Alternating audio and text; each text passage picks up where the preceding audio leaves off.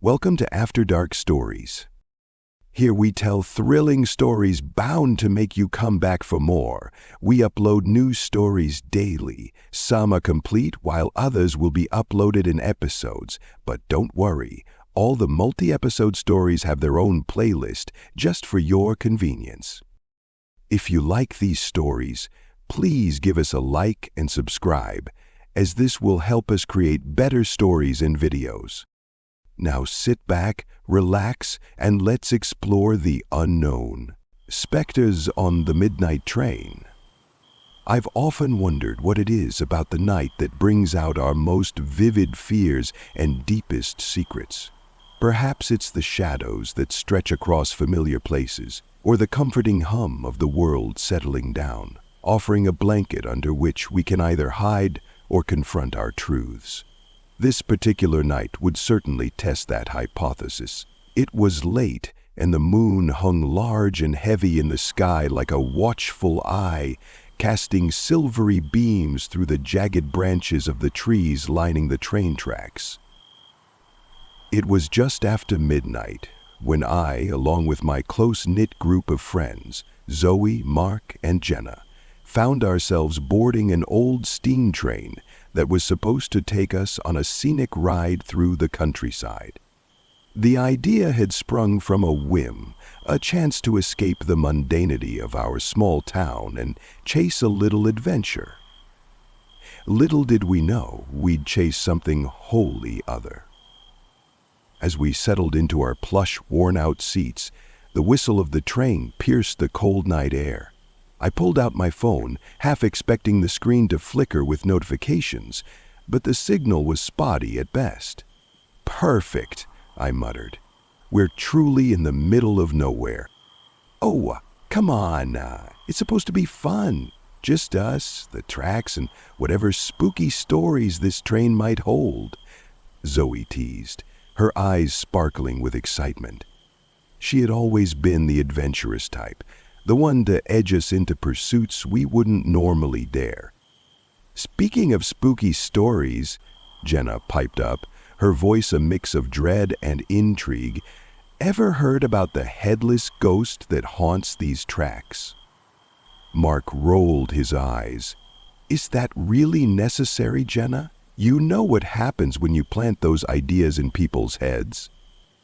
"It's a part of the experience," Jenna countered, grinning widely. Okay, fine. What's the story?" I encouraged, knowing that once we started, there was no going back. "Legend has it, a ghost roams these very tracks. A man was decapitated on a train, and now, on nights like this," she paused, letting the tension build, "he reflects on the life he lost, wandering in search of his head." In the dim light of the carriage, I could see Mark shift uncomfortably. "That's ridiculous," he said, though the slight tremor in his voice betrayed him. "Do you think it could be true?" I asked, partially curious and partially trying to ease the growing tension amongst us. After all, navigating trepidation around the unknown was easier with companions. Zoe scoffed lightly. "Ghosts aren't real, but wouldn't it be amusing to encounter one?" And that's when the lights began to flicker. At first, I thought it was merely a trick of the imagination, a distortion stemming from Jenna's storytelling. But as the lights flickered again, a feeling of dread settled over the carriage, pressing down like the weight of an unseen presence. "Okay, that's a little creepy," Mark admitted, leaning in closer to us. The rhythmic chugging of the train filled the silence, drowning out our nervous chatter. I couldn't shake the feeling that the air had shifted, becoming denser, laden with something inexplicable. I glanced out the window, the fields beyond us cloaked in darkness, with shadows slithering across the ground like a premonition of what was to come.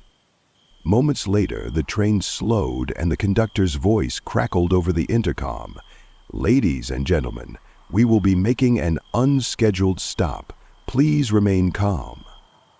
"Did you hear that? An unscheduled stop?" I murmured, sending a glance around the carriage. Maybe it's just for a quick break or to let another train pass, Zoe suggested, but her enthusiasm had waned. As the train finally halted, an eerie stillness enveloped us. The routine of motion was replaced with an uncomfortable awareness of one's heartbeat in the silence. "It's just a maintenance stop," Mark said, trying to sound reassured, but there was a hint of uncertainty lurking in his tone. Suddenly, the door at the front of our carriage swung open, revealing the flickering corridor lights beyond. It was a silhouette, tall and unnervingly shadowy against the dim glow. "Hey, is everyone all right?" called a voice that was vaguely familiar, but distorted by the gaps between the cars. We're fine, just, a bit on edge," Zoe shouted back, half laughing, half nervous. The figure stepped onto the train, but the moment I set my eyes on it, an icy chill coursed through my veins. My heart raced as I realized with horrific clarity that the figure had no head. "Guys, look." I pointed, my voice barely a whisper. Jenna gasped audibly, and my friends froze as the reality of what we were seeing began to sink in. The shadowy figure had no neck, just a narrow dark gap where its head should have been. I could hardly breathe as the figure moved closer, gliding as if it were a phantom rather than a corporeal being. "Is this a prank?" Mark stuttered, though the shake in his voice indicated he believed anything but. "Not funny, Jenna. Is this one of your jokes?" Zoe shouted, panic creeping into her tone. I don't know what's going on," Jenna cried, her hands trembling as she clung to the edge of her seat. The ghostly figure paused, tilting slightly, as if attempting to peer into our frightened faces. There was a moment of blinding disbelief as it reached out into the darkness, fingers like wisps of smoke avoiding the boundaries of light. My world narrowed down to the ghost and the fear that bubbled beneath my skin. As if sensing our terror, the train jolted and shuddered, and the lights dimmed dramatically before bursting back to life. When they did, the figure was gone. "What the hell was that?" Mark exclaimed, his voice trembling. I don't know, I stammered, my mind racing. "Maybe we should get off this train." "No way, did you see it? We'd be more likely to run right into it," Zoe replied, her face pale. A heavy silence descended again, filled only by the distant engine's hum. We exchanged frightened glances, and even as I tried to convince myself it was just a trick of the mind, the image of the headless figure churned in my memory like a dark vortex. After what felt like an eternity of indecision, we collectively agreed to remain where we were until the train began moving again. But as we settled back into our seats, the reality began to crumble. What if we weren't safe? What if the ghost decided to return? One by one we started recounting everything we had heard over the years about apparitions and the lingering husks of those unjustly departed. The ghostly figure didn't just hang in the air, it echoed a reality altogether real. Suddenly, the lights flickered once more and the train jolted again before lurching ahead with an unsettling force. We braced ourselves against the seats, exchanging startled glances filled with disbelief and burgeoning terror. "Maybe we'll just pass through this place and then never speak of it again," I suggested, with forced optimism, though my voice lacked conviction. But it wasn't long before we turned a corner and immersed ourselves in an eerie tunnel, darkness swallowing us whole. The shadows twisted around us, thickening as we plunged deeper into the inky void. An unexpected gasp from Jenna shattered the oppressive silence. "Did you hear that?" she whispered. Hear what? I asked, my heart thumping in rhythm with the train wheels against the rails. Whispers, like someone speaking. A strangled silence fell between us as we strained to listen, and I couldn't shake the feeling that we had crossed a line into something far beyond our understanding. The whispers grew louder, steady and frantic, a language I couldn't decipher but felt within me nonetheless. My stomach churned as I tried to memorize every sound and sensation, panic taking root in my chest. Get us out of here! Mark was near a breaking point, his hands gripping the armrests of his seat like a lifeline. Just be quiet, I hissed, as if anything could drown out the unsettling chorus that wrapped around us. As suddenly as they had begun, the whispers ceased, leaving a hollow space filled with an unsettling calm. We all froze, waiting for the next sound, the next movement that might signal something unknown lurking around us. Then came a sound, heavy footfalls echoing down the corridor. The shadow returned, emerging from the depths of the tunnel, formless and yet undeniably there. My heart raced and goosebumps prickled my skin. "Run!" I shouted, bolting to my feet with adrenaline coursing through my veins. Without thinking, we shoved our way past one another, surging towards the back of the carriage. "Where do we go?" Zoe screamed, her voice a mixture of fear and urgency. "I don't know," I yelled back, scanning the dimly lit space as my mind raced for an exit. In a wild burst of motion, Jenna threw open the door at the back of the carriage, revealing a narrow space filled with crates and shadows. "This way," she urged. We stumbled into the cramped compartment, barely fitting between the crates as the faint hum of the train continued. Behind us, the heavy footfalls grew louder, quickening in pace as we huddled together, listening to the chilling sounds drawing closer.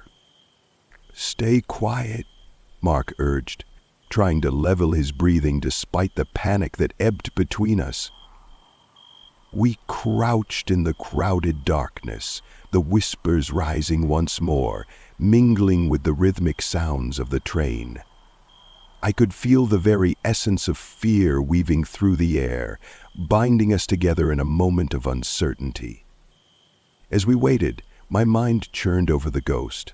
Part of me wanted to turn and confront this specter, understand the torment that had led it to haunt these tracks, but every instinct urged me to escape, as if the mere thought of standing still would summon its dark presence.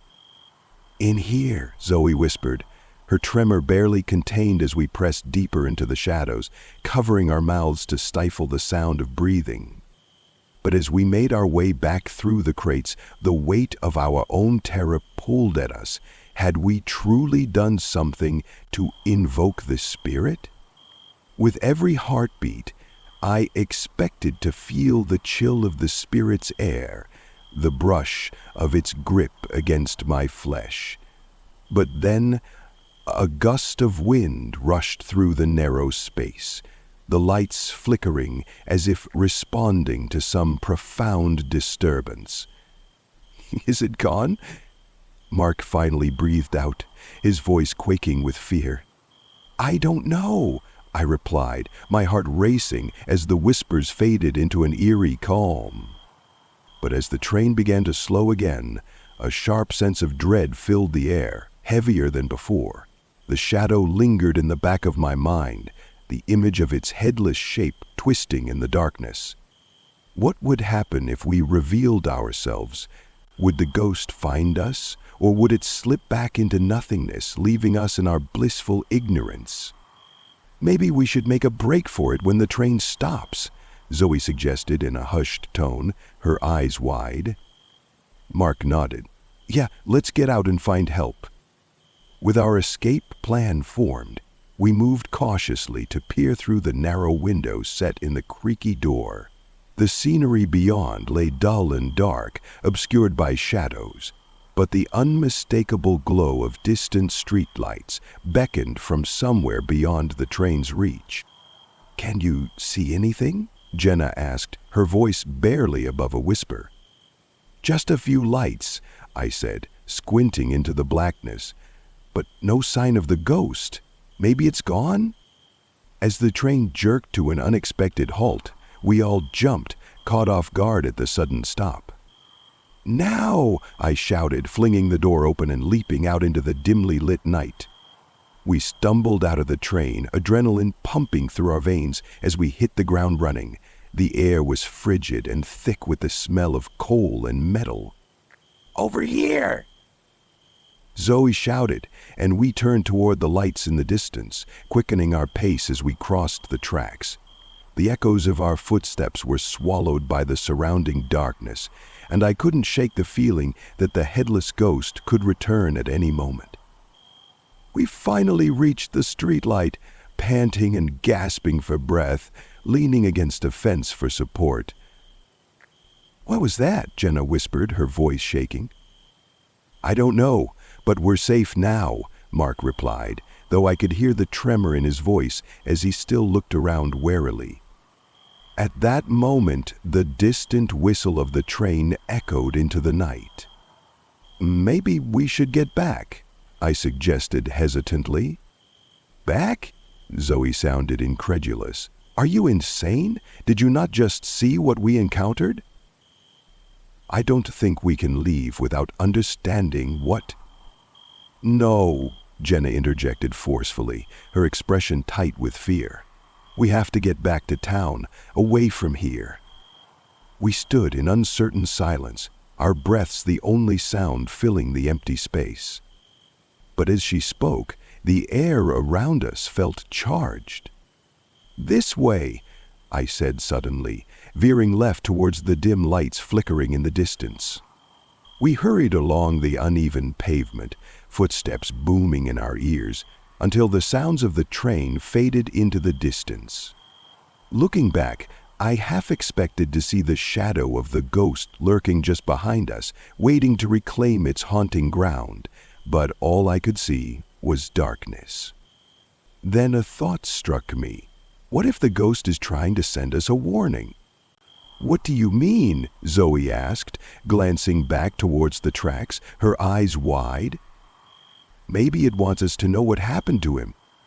But before I could finish, the wind picked up, swirling around us, whispering secrets through the air, drawing us deeper into its folds. Suddenly, as if summoned, the ghost reappeared not far from us, a dark shape against the twisting shadows. The sight brought us to a halt, paralyzing us in sheer fear. It stood there, waiting for us, inviting us into its realm, but part of me felt compelled to engage. "Well, are you here?" I shouted into the air, voice echoing back against the walls of the encroaching shadows. But the ghost didn't respond.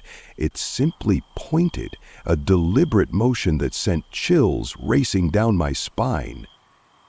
"It wants us to follow," I said, half in disbelief. Jenna grabbed my arm, but despite the fear clawing at us, the urge to understand drew me closer, leading us into the depth of darkness. "It might show us what happened," I said, heart racing. "Maybe we can help it." "Are you really suggesting we walk towards that thing?" Mark countered, his voice thin and taut. "Do you really want to run away without answers?" Suddenly, that fear morphed into something not unlike curiosity, and we shared a glance, each of us weighing the cost of drawing closer. With a bold step forward, I took a leap of faith, and my friends, out of fear and solidarity, followed me into the dark.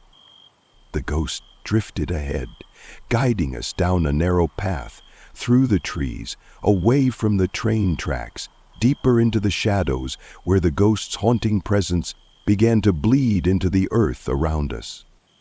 And then it came to a stop, gesturing toward a patch of earth covered in the chilling embrace of moonlight. As we gathered cautiously around it, the figure faded, leaving us mystified and bearing witness to the secrets it held. What followed was like a vision unfolding in front of our eyes. Flashes of images, memories tangled with pain, moments dripped into our consciousness, screams, a violent train crash, everything the headless ghost had endured. The sudden rush of clarity gripped us, and I realized this place was not just haunted, it was the site of a tragedy, the very ground where the spirit had met its untimely end. And in that moment, we understood. This was more than a ghostly encounter. It was a plea for remembrance, a reminder that life and loss are intrinsically linked. Finally, in the echoing silence, we turned to one another, our expression speaking volumes despite the absence of sound. "It all makes sense now," Jenna murmured, her breath catching. "Can we help it?" Zoe asked, her voice raw with emotion as she gazed out into the night. "I think so," I answered, resolute. "This isn't the end. It's the beginning of understanding." With newfound purpose, we reached for one another, reinforcing the bonds of our friendship, knowing the significance of what we were carrying through the darkness, the shared burden of solace and remembrance. And as the ghost's whispers drifted away, merging into the soft, haunting song of the night, we found ourselves united by an encounter that would stay with us forever, a shared memory rising from the shadows, illuminating the path ahead. The encounter with the ghost had gone from fear to understanding, reminding us what it meant to exist, connect, and ultimately heal. The train had borne us into darkness, but we emerged into the light, forever changed. We were no longer just a group of friends. We were bearers of stories, custodians of memories lost and found, and keepers of the whispers lingering in the dark.